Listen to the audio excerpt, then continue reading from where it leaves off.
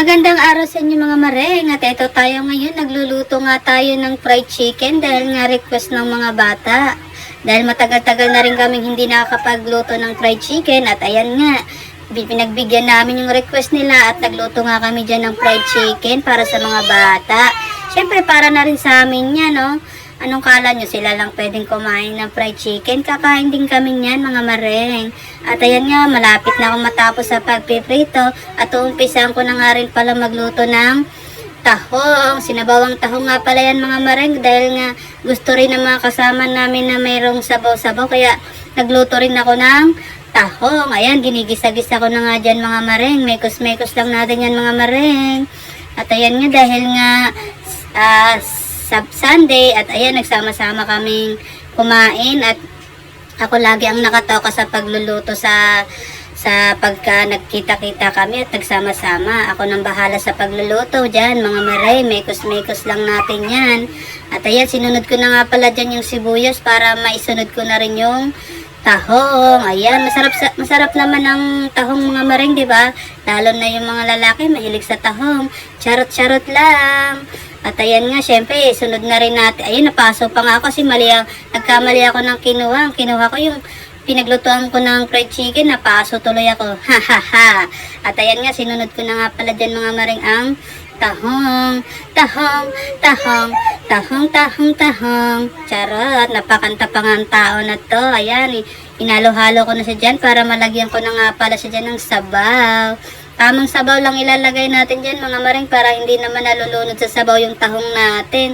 Hindi naman kailangan ng maraming sabaw. Kasi hindi na siya lalasa pag sobrang sa sabaw. Ayan, naglagay lang ako ng 2 basong tubig dyan na sabaw. Pwedeng-pwede na yan mga maring. At ayan na, kumukulo na nga pala dyan yung ginisa kong tahong. Ayan, isusunod ko na rin pala dyan yung dahon ng sili para meron naman ding dahon-dahon yung ating ginisang tahong. Ayan, halu-haluin lang natin yan mga maring. Maya-maya, pwedeng-pwede na yan. At pwede na tayong kumain ng hapunan. Hapunan na nga pala namin to mga maring. Giniluto-luto ko na siya. Malapit na kaming kumain. Ayan, konting halu-haluin lang natin para maluto agad yung mga dahon. At syempre, malapit na siyang maluto. At ayan na nga, naluto na rin ang ating ginisang tahong. Pwede na tayong kumain dyan mga mareng. Only rice na naman ang mga tao na to. Pero dahan-dahan lang. At syempre nga pala, inutusan ko pala dyan yung asawa ko. Sabi ko, ayusin niya yung e-bike. Kahit hindi niya nga pala ako pinapansin. Sabi ko, ayaw mong sumunod Wait lang. Gusto mo ng parusa. Ayan, itong gagawin ko sa'yo. At ayan nga, tinipan ko siya sa mukha ng cellphone niya dahil ayaw niyang bitawan, ayaw niyang sumunod sa akin. Napakapasaway talaga to ng asawa ko. Ang hirap utusan lagi Puro cellphone ang inuuna kaya maraming hindi nasusunod na utos ko. Yan ang ginawa ko sa kanya. Yan ang napapala niya. Ha ha ha. At syempre dahil nga dyan, sumunod na nga siya at inayos niya na nga yung ilaw ng aking e-bike. Marunong naman palang sumunod Kailangan padaanin sa marahas na sitwasyon. Charot, joke-joke lang yan mga mareng. At ayan, inaayos-ayos niya na nga dyan yung aking e-bike. At ito nga yung anak ko lumabas at naglaro ng mga cars. Katabi niya nga pala dyan yung pusa. Cat lovers din yung anak ko na yan pero takot naman siya.